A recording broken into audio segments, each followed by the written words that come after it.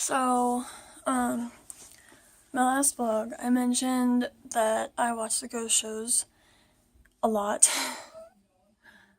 Hi, kitty. But, anyway, so I watch them not as often as I used to, but, I started watching them when I was like 13, maybe 12. And, at the time, my brother and I weren't really allowed to go out, past the time the streetlights came on, so like after dark, obviously.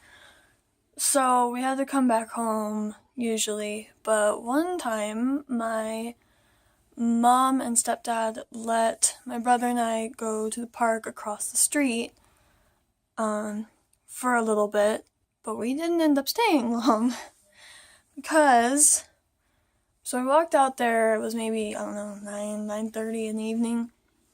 And the way that park is laid out is that there's a little field, and then there's a hill, and then there's like another field, and then there's like the playground and all that. So we got halfway through this first field, and my brother ran back to the house pretty much as fast as he could. And I was like, okay, that's really weird. So I took a few more steps into the park, and I felt like someone was watching me. And they seemed like it wasn't a nice. I mean, I guess it's never technically a good thing to feel like someone's watching you, but this felt more sinister than I had felt before. That's a good word.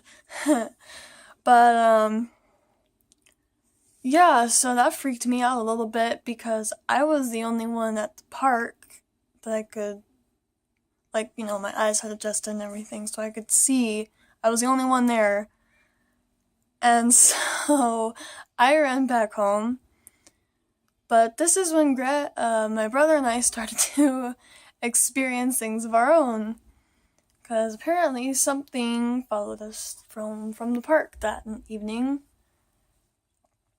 So the first thing that I experienced was that I was home alone, and I was sitting on the edge of my bed, and I had this bookshelf in front of the bed, and on the top shelf I had this little picture book from like second grade that my teacher made me, and it was just sitting up there, and I wasn't paying attention, and it flew past my head and hit the opposite wall, missing me by like that much, maybe an inch. It was really scary. And I didn't want this to be real. So I took the picture book and put it back up on the shelf, and I shook the shelf like maybe I bumped it with my foot and made it fly across the room. I don't know. But I put it back up, and I shook the shelf, and it fell on the floor in front of my feet. I was like, okay, well, kind of expected that.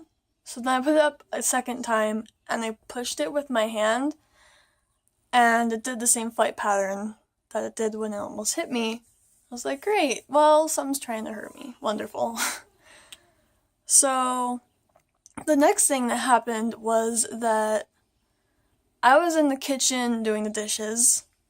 This one we caught on camera, but I don't know if my brother still has the footage because it was on his old phone.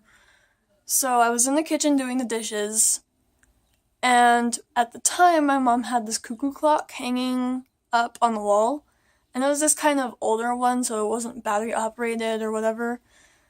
It was just old wooden little cuckoo clock. And my brother came in filming, and we were making jokes for a little bit, and it was really dumb, playing around. And we noticed that the clock stopped. And we're like, that's weird. Okay. I thought maybe Mom had stopped it before she went downstairs or something. So we started it up again, and we continued kind of joking around. I finished the dishes, so we were just kind of sitting in the kitchen, and my brother notices that it had gotten quiet because this clock was actually kind of loud. The ticking noise was kind of louder than most. So we looked back at the clock, and it had stopped again. no one else was in the kitchen except for me and my brother. So it was a little bit weird. And so we started it again, and this time we watched it. We watched it, and he had the camera on it, and it stopped. Just flat out stopped on camera. And so we're like, maybe whatever's stopping the clock doesn't like the bird. And it was, I don't know, it was like almost 8 or something. So we locked the little hatch that it was in, and we turned the bird off completely, and we start the clock a fourth time. Fourth, yeah. And this time it doesn't stop. So we're like, okay, well, it doesn't like the bird. It was annoyed by the little bird coming out of the clock. Wonderful. So that, and then a couple weeks after that, this thing stayed with us for like a couple months. And every night I would try and tell it to get out because I just didn't want it there. It was annoying us. It was scaring us. My parents don't believe in this, so we couldn't just like go to them and be like, hey, there's something in our house that's haunting us. Can we make it go away? We can't just do that because they don't believe in it. So, my mom was making breakfast a couple weeks after that clock incident. It was maybe 10 in the morning, and my brother was switching over his laundry in the laundry room. And the laundry room is right next to the garage. So there's like laundry room, garage, and then the window for the laundry room is one of those blurry windows that like you can see basic shapes out of it, but you can't see details because it's the kind of blurry glass or whatever. So my mom says, go tell your brother the breakfast is ready because he's in the laundry room and it's not very far for you to walk or whatever. Like, yeah, okay, whatever. So I go to the doorway of the laundry room and I say, Greg, breakfast is ready. And then I look at the window and I see this shadow pass in front of it towards the garage. And, you know, I wouldn't have thought much of it, except that one, it was like pitch black. 2, it was like it was right outside the window. So I run up to the living room window and look out towards the garage, and there was no one there. And the way it's set up is that there's the window for the laundry room, and then a little bit of wall and the garage, but in front of the window for the laundry room is this like flower bed kind of thing.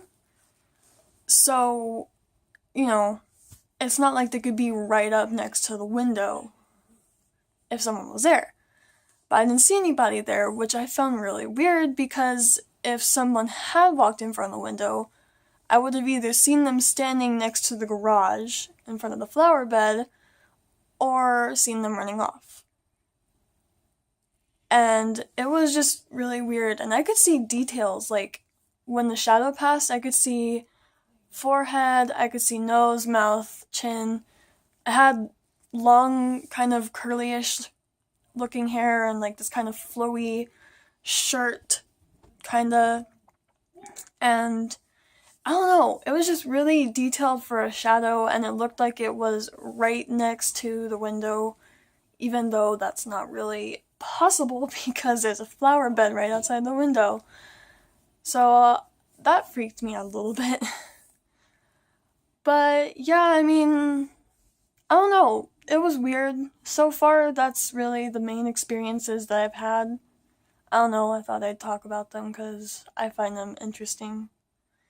Like, it's weird. I want to have more experiences, but at the same time, I'm scared as hell to go to supposedly haunted places because I don't want stuff following me home or hurting me.